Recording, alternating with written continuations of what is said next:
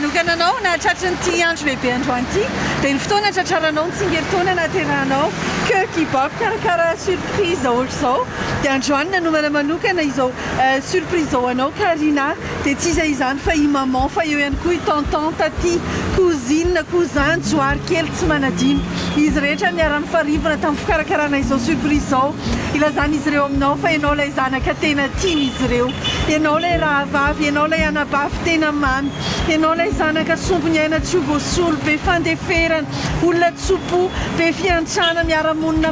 may miara-monina amin'ny olona rehetra olona be fitiavana ianao sarobidy eo amin'ny fiainany maman ianao fa ianao ilay zanany vavy-tokana tsy ananany maro dia rariny loatra izao tsingerin-taonanao izao raha hoentin'ny mamanao anehoana fitiavana aminao sy ilazana izy rehetra aminao fa tena tiany izy rehetra ianao lehibe ianao zao izy ireo dia matokony fahendrenao zahay mianara tsara fa eo foana zahay anohana anao indrindra i maman tsy anary anao na oviana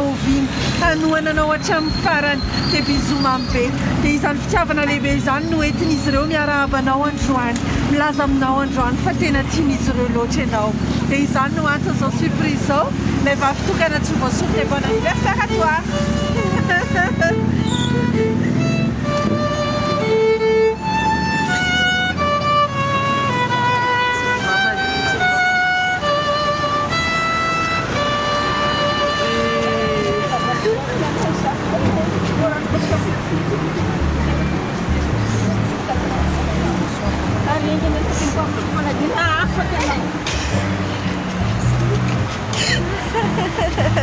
dia zay ilay surprise nanao nandraisanao azy